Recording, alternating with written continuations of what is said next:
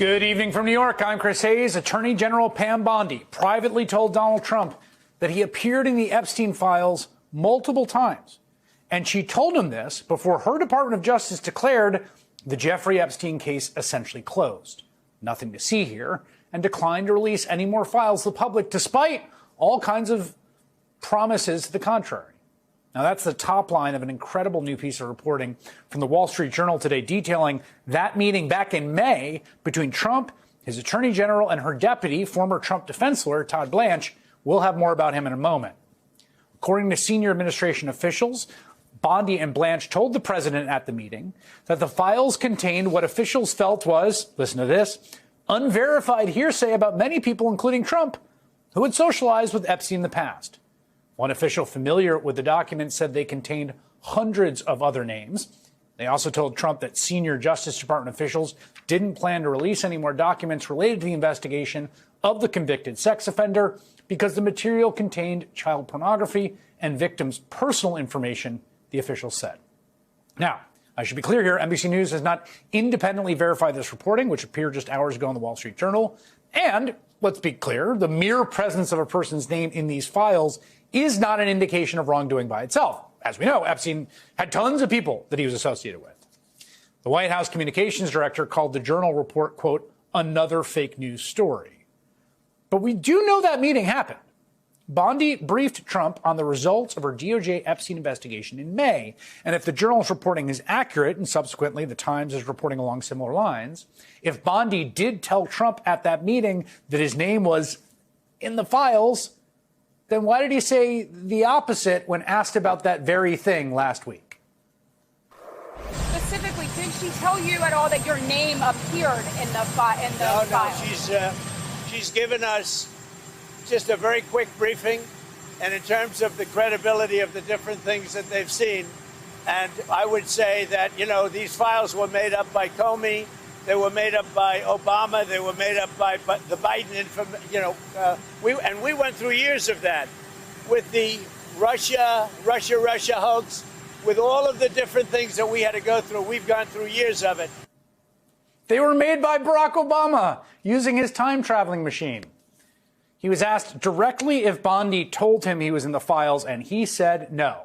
And then he said the files were made up by a whole bunch of Democrats and rambled about Russia. And now we have a report suggesting that was a lie. I think he would remember if Pam Bondi told him he was in the files, don't you? For what reason would he lie like that? In fact, here's a litany of other things Trump has said about the Epstein case in recent weeks after he was reportedly told his name was in the files. Are you still talking about Jeffrey Epstein? This guy's been talked about for years. He's dead for a long time. He was never a big factor in terms of life. I don't understand what the interest or what the fascination is. It's all been a big hoax. It's perpetrated by the Democrats, and some stupid Republicans and foolish Republicans fall into the net, and so they try and do the Democrats' work. I call it the Epstein hoax. Remember, he was never a big factor in terms of life. The Journal report raises a lot of other questions. For instance, it says that FBI Director Kash Patel has privately told other government officials that Trump's name appeared in the files, according to people close to the administration. Patel declined to answer the Journal's questions. Now, who exactly would Kash Patel have been telling this to? It's not clear. If he did do that, that seems like kind of a big no-no. It is worth noting that in the middle of all this, back in June, remember when billionaire Elon Musk had his big falling out with Trump over the bill that Trump was pushing? Do you remember when Musk tweeted, then deleted a post saying the following, "Time to drop the really big bomb. Donald Trump is in the Epstein files. That is the real reason they have not been made public. Have a nice day, Donald J. Trump." Today's Journal report also cited a statement from Bondi and her deputy, Blanche, saying nothing in the Epstein files warranted further investigation or prosecution. As part of our routine briefing, we made the president aware of the findings they said. But here's the thing. If nothing warranted further investigation, then why is the Trump DOJ suddenly in talks with Epstein's key accomplice, Ghislaine Maxwell? Maxwell's currently serving 20 years in federal prison for recruiting and grooming middle school and high school girls for sexual abuse by Epstein and others. And her Her lawyer is in discussion with Deputy Attorney General Todd Blanche, who again was Trump's personal defense lawyer in his criminal conviction. Those talks have raised speculation they might be trying to negotiate a deal with Maxwell that could get her out of jail sooner. All of this comes after the Journal's bombshell report late last week describing a letter that Trump reportedly wrote the late child sex trafficker for his 50th birthday. A letter written inside a line drawing of a naked woman with Donald Trump signed where her pubic hair would be, in which he says, among other things, "We have certain things in common, Jeffrey. Enigmas never age. May every day be another wonderful secret." Trump says the story is fake and is suing the reporters, the paper, the owner, Rupert Murdoch, for literally billions of dollars. But if that story rocked Trump world, and it seemed to do that, today's Journal reporting might rock MAGA to its core. It also, crucially, seems to corroborate allegations by ranking Democrat on the Senate Judiciary Committee, Dick Durbin. Remember, we reported this just a few days ago, who wrote a letter to Pam Bondi last week demanding her answers to reports that the hundreds of FBI personnel who reviewed the Epstein files were instructed to flag any records in which President Trump was mentioned. All of us leaves us with the question, where is the Attorney General in all this?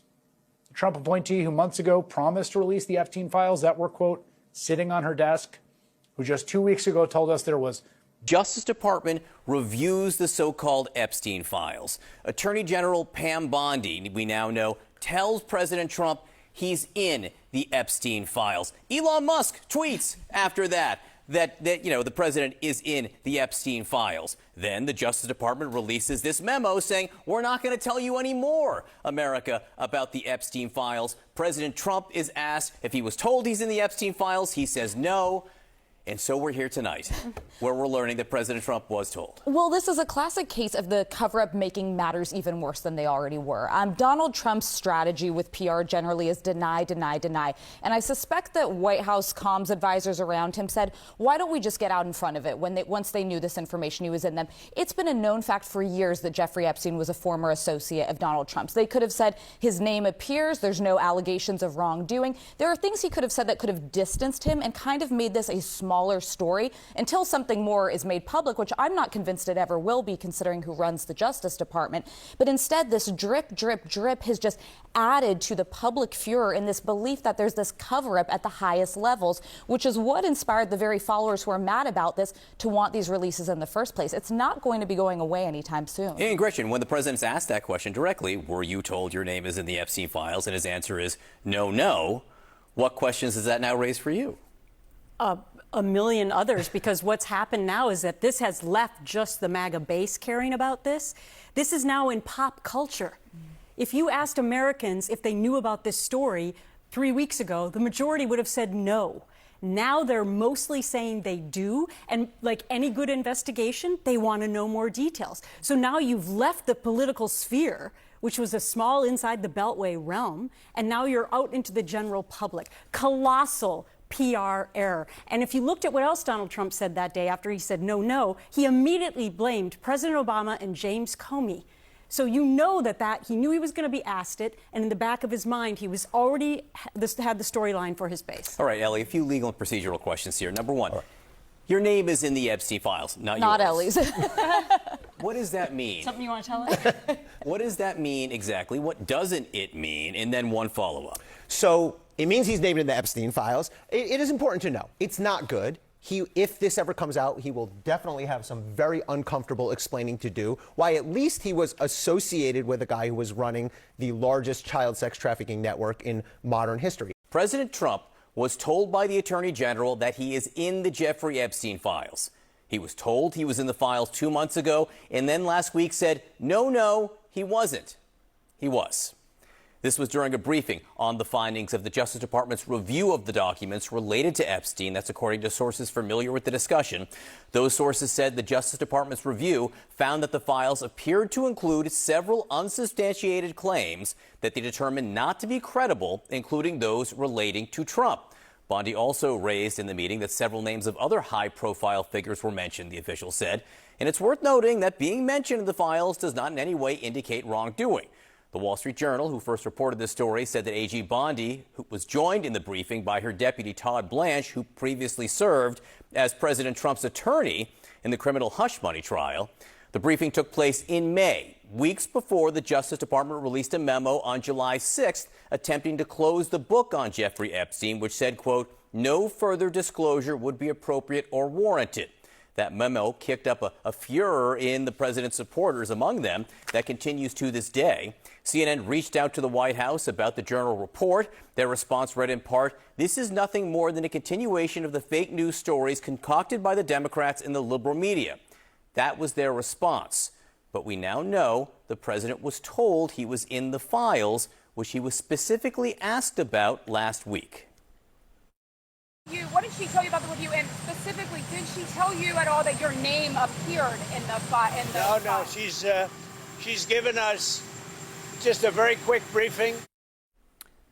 No, he says. We asked the Justice Department for reaction to the reporting. Attorney General Pam Bondi and Deputy AG Todd Blanche, the two officials in that Trump briefing, according to the Wall Street Journal, they released a statement. The DOJ and FBI reviewed the Epstein files and reached the conclusion set out in the July 6th memo. Nothing in the files warranted further investigation or prosecution, and we filed a motion in court to unseal the underlying grand jury transcripts. As part of our routine briefing, we made the president aware of the findings. What we're seeing here, Trump's got to be furious at Bondi for a whole bunch of reasons, but one of them, and this is something you've seen, God, I don't know if you guys have watched it. Let me know in the comments if you watched the show. But you know the show Veep, right? Which is the very vulgar comedy, but one of the best shows I've ever watched, following a fictional story of a vice president and how being vice president kind of sucks because you get blamed for everything and you have no power and you have no voice and all that. And at one point, the characters in the story have a scandal. And the vice president character, she doesn't know this.